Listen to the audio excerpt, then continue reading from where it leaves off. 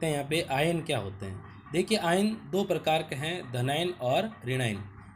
आगे देखते हैं हम, धातु एवं अधातु युक्त यौगिक आवेशित कणों से बने होते हैं। इन आवेशित कणों को क्या कहा जाता है? आयन कहा जाता है।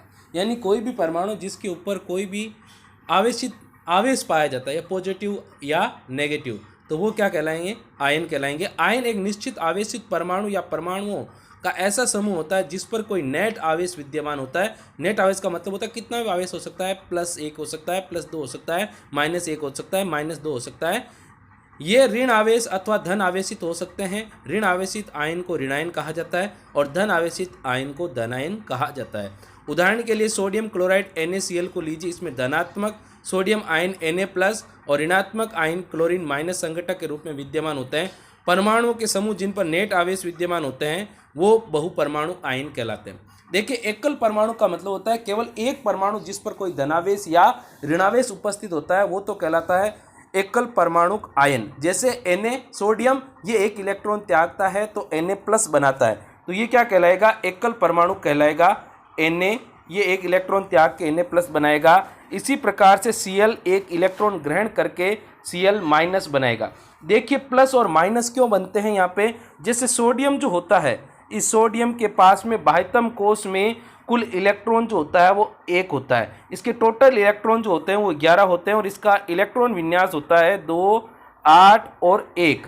यानी बाह्यतम कोश में इलेक्ट्रॉन कितना है? 1 है। तो टोटल इलेक्ट्रॉन कितने? 11। हमें पता है कि जितने इलेक्ट्रॉन होते हैं उतने ही प्रोटॉन पाए जाते हैं। यानी मूल अवस्था में इसमें 11 इलेक्ट्रॉन है और 11 इसके अंदर क्या है? प्रोटॉन है। जब ये एक इलेक्ट्रॉन को बाहर निकाल देता है तो इसमें इलेक्ट्रॉन की संख्या कितनी बच जाती है? 10। यानी कि माइनस के आयन जो है वो 10 है और प्लस के आयन कितने हैं? 11 है।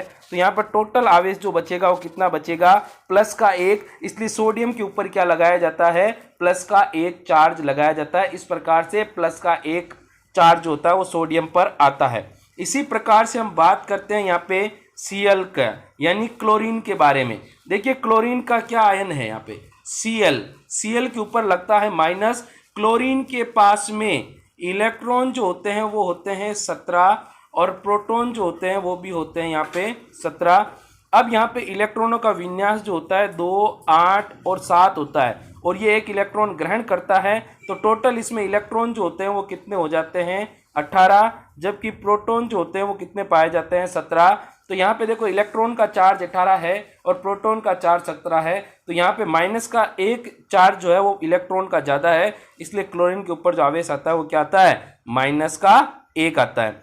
इसी प्रकार से अगर हम बात करें बहुपरमाणुक आयन, बहुपरमाणुक आयन में क्या होता है? 2 या 2 से अधिक प्रकार के परमाणु जो होते हैं वो मिलकर जो होते हैं वो एक धनायन या ऋणायन जो होते हैं वो प्रदर्शित करते हैं। वो क्या कहलाते हैं? बहुपरमाणुक आयन कहलाते हैं। जैसे उदाहरण लेता हूं मैं यहाँ पे NH4+।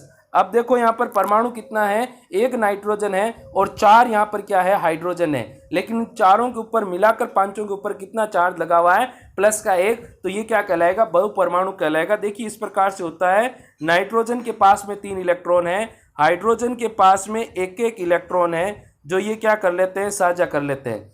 अब यहाँ पर अब नाइट्रोजन और हाइड्रोजन जो है इन्होंने तो साझा कर लिया, यानी नाइट्रोजन के पास में टोटल इलेक्ट्रॉन जो है वो कितने हो गए? 8। 2 इलेक्ट्रॉन इसके यहाँ पे हैं और हाइड्रोजन के पास में कितने इतने इलेक्ट्रॉन हो गए? 2।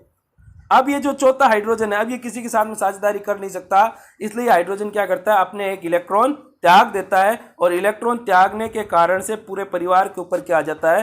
प्लस चार्ज आ जाता है। इस प्रकार से NH4+ का निर्माण होता है। नीचे देखो कुछ दे रखा है यहाँ पे आयनिक यौगिक और संघटक तत्व। देखिए कैल्शियम ऑक्साइड दे रखा है और कैल्शियम ऑक्साइड में 2 चीजें होती है, एक तो कैल्शियम और दूसरा ऑक्सीजन। इनका अनुपात जो होता है वो होता है यहाँ पे 5:2। क्या होता है कैल्शियम ऑक्साइड का सूत्र? ये होता है CaO, कैल्शियम ऑक्साइड। कैल्शियम का परमाणु द्रव्यमान जो होता है वो होता है 40 और ऑक्सीजन का परमाणु द्रव्यमान जो होता है वो कितना होता है? 16। अगर इनका सरल अनुपात करें, 8 से सरल अनुपात कर दिया तो कितने बार गया? 5:2। इस प्रकार से इनका अनुपात जो होगा वो प्राप्त हो जाएगा।